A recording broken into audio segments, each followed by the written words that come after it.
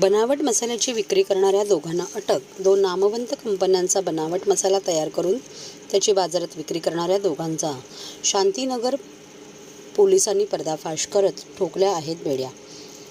महेश लालताप्रसाद यादव 42, मोहम्मद सलमान मोहम्मद अफजल प्रधान 41 अशी अटक केलेल्या मसाला तस्करांची नावे आहेत.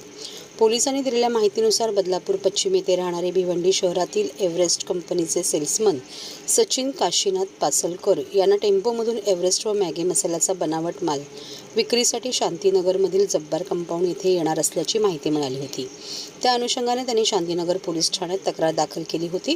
दरम्यान दाखल तक्रारीच्या अनुषंगाने 17 मे रोजी विनायक गायकवाड यांच्या मार्गदर्शनाखाली पोलीस पथकाने सापळा रचून वरील दोघा आरोपींना ताब्यात घेऊन अटक केली आहे. त्यावेळी आरोपींनी 1 लाख रुपयांची मॅगी व एव्हरेस्ट कंपनीचा बनावट मसाला विक्रीसाठी आणून ग्राहकांची आणि मसाला कंपनीची फसवणूक केल्याचे उघड झाले.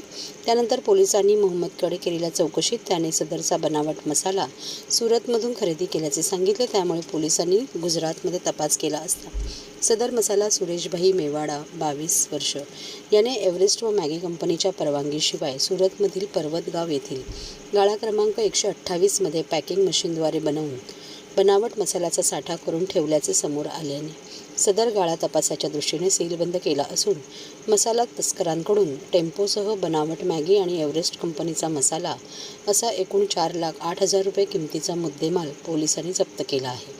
पुढील तपास शांतीनगर पोलीस ठाणे करत आहे.